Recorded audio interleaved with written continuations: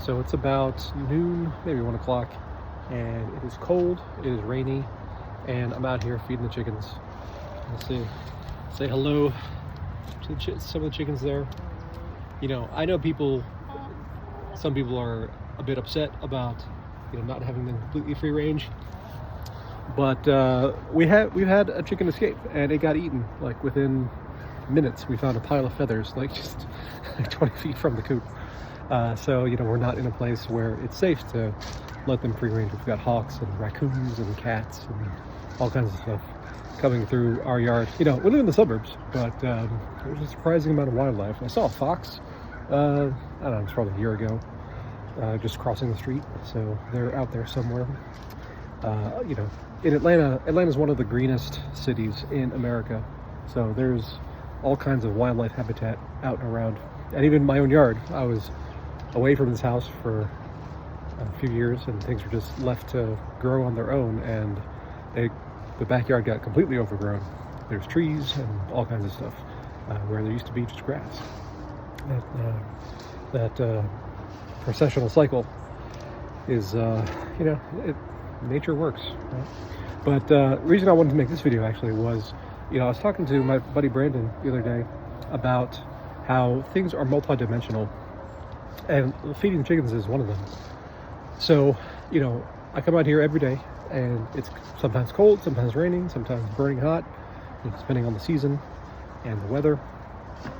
But it's always worth doing, and there's a lot of elements to that as to why it's worth doing. So one is, I have these chickens, I get eggs, and there's one egg. The Buff Orpingtons, they lay a medium brown egg, and it's just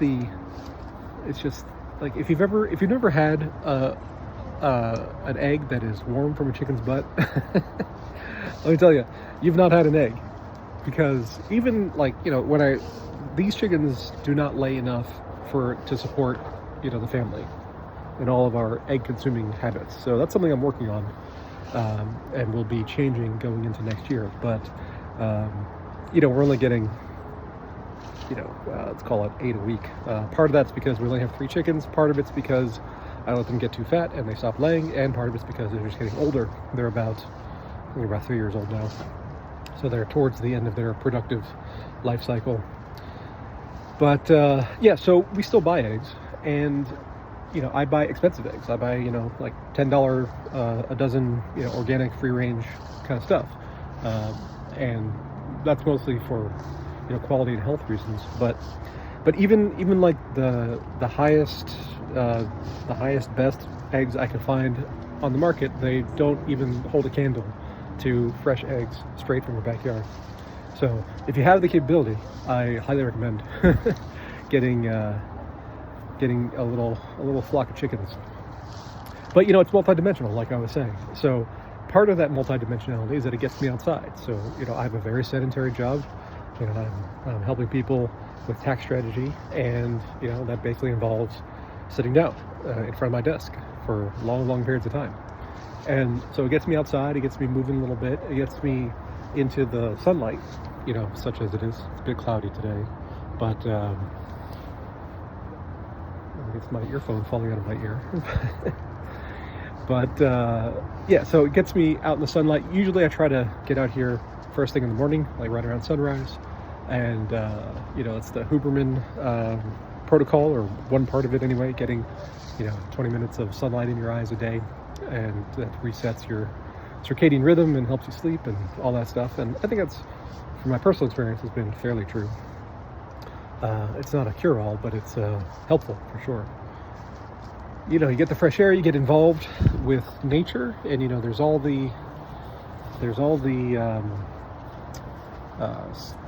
studies might be a strong word, but there's a good amount of evidence that when you're out working in the soil, there's bacteria in the soil that help that get into your system and actually promote good feeling, essentially. And there's the whole forest bathing concept.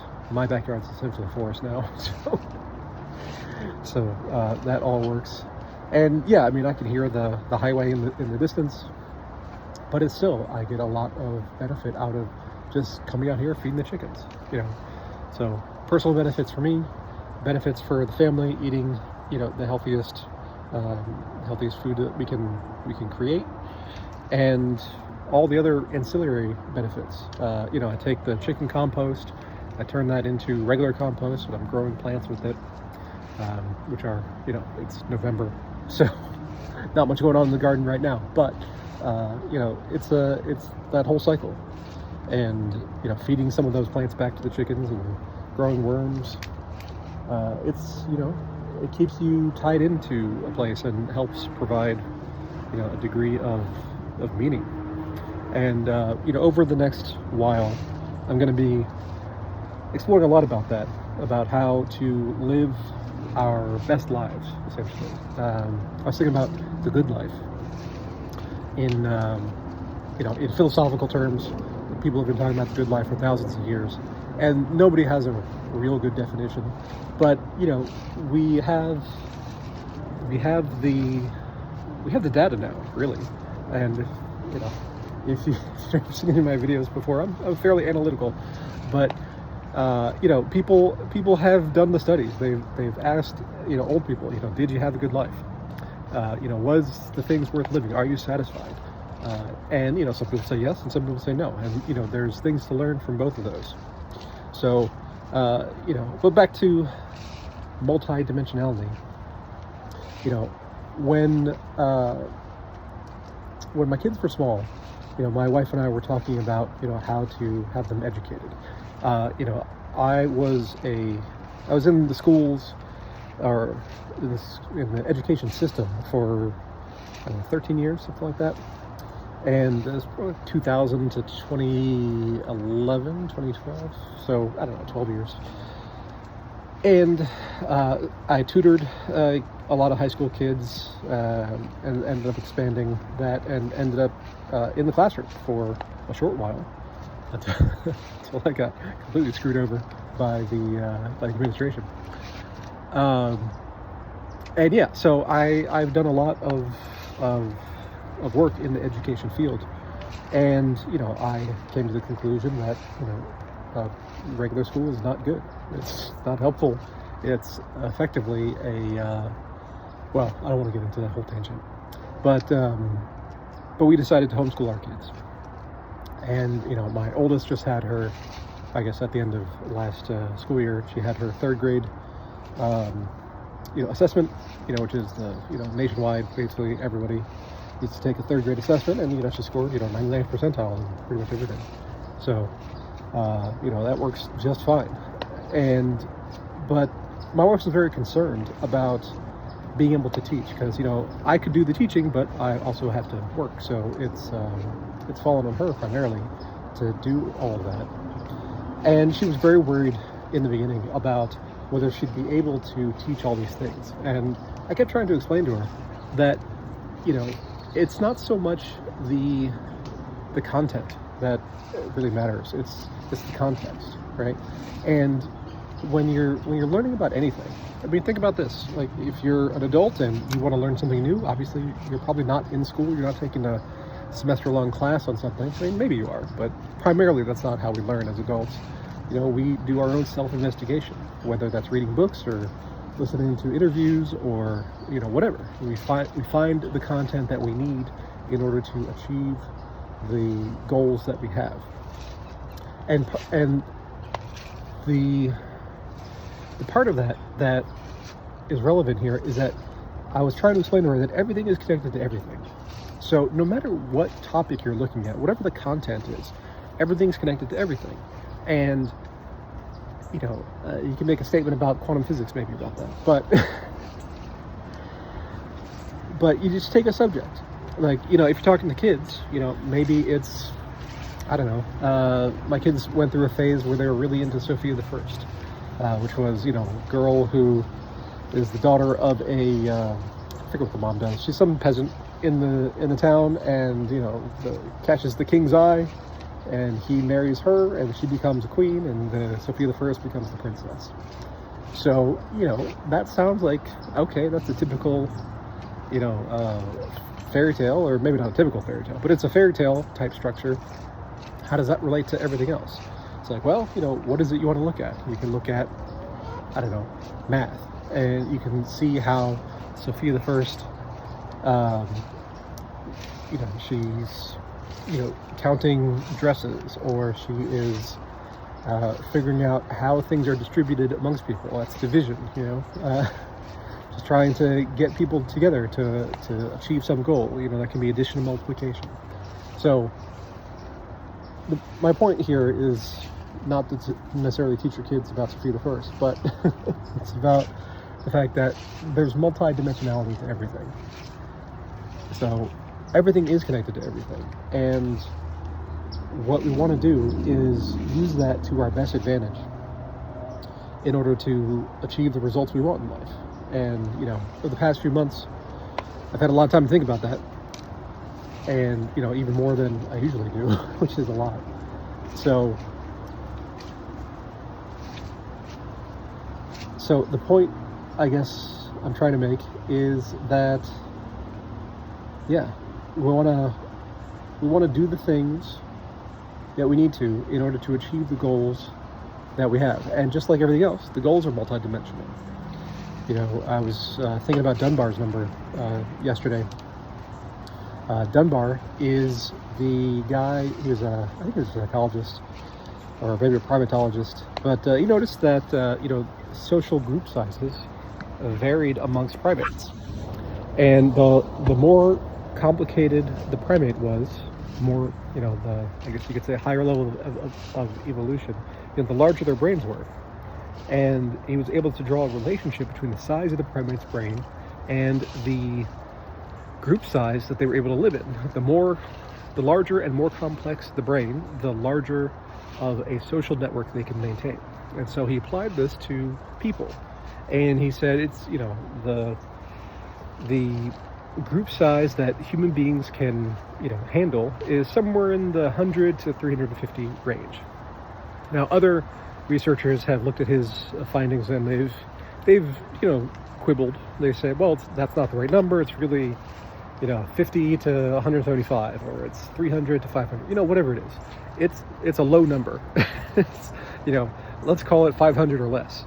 And they define these things into subsections. So like you have your kin group, which is your family, of about 5-ish.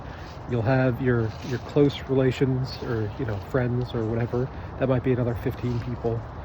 You have your close tribe, or actually one of the diagrams I saw called that the clan, and that's going to be 50-ish people.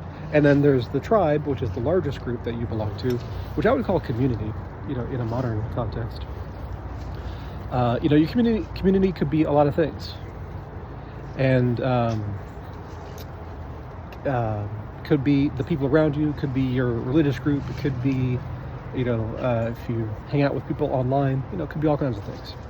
So but that's the outer edge of really how much you can keep in your level of concern. So when I'm thinking about this multidimensionality, I think of the mantra that I've been going through lately is when I want to make a decision, it could be something as simple as what am I going to eat for lunch. Is this good for me now? Is this good for me later in time? Is this good for me for all time? And then applying that same framework and applying it to those different groups: the individual, myself; the kin group, my family; close relations, friends; and then the wider community that I'm part of. And I'm part of several communities, but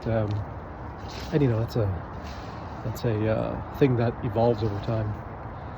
But if I can make a decision that is good for all those things, all those different groups, in all the different time frames of now, later, and to the end of life, essentially, then I can be confident that I'm making a good decision. So I was talking to my buddy Brandon about this the other day, and losing my earbud. So it's worth thinking about, I think. And this is something that's going to evolve over time, just like everything else, really. So I guess, is coming out and seeing the chickens, is that good for me now? Yeah, it is. Actually, it gets me outside, gets me involved in nature, gets me eggs that are, beneficial to eat. Is it good for me later? Yes. It establishes positive habits. Is it good for me in the long run? I would argue yes. Same health benefits, getting out and seeing the sunlight, getting all that in my, the UV radiation in limited amounts in your eyes. Is it good for my family? Yes, I would say so. Providing them with eggs. The kids are the ones that actually eat the eggs because we don't have enough production for the rest of us. But and they come out and they help me at times, and it teaches them about things that need doing, maintenance and work and all that kind of stuff, and that those lessons will carry forward over time. And then, is it good for me, or is it good for my clan, whatever that might be? And I'm gonna say yeah. It's a little bit indirect in that a healthier me makes for a healthier everybody else. And then for the tribe, well, it gives me stuff to talk about. So that increases relations amongst everybody in the tribe, everybody that can see this or interact with this message that we're recording right here. So yeah, I can confidently say to myself that this is worth doing. It's gonna improve, it's gonna improve all those things all across time compared to if we hadn't done it, right? Compared to that counterfactual. So yeah, that's my my multi-dimensionality for the moment. Anyway, if that makes some sense to you, then leave a like, leave a comment, and we'll talk more.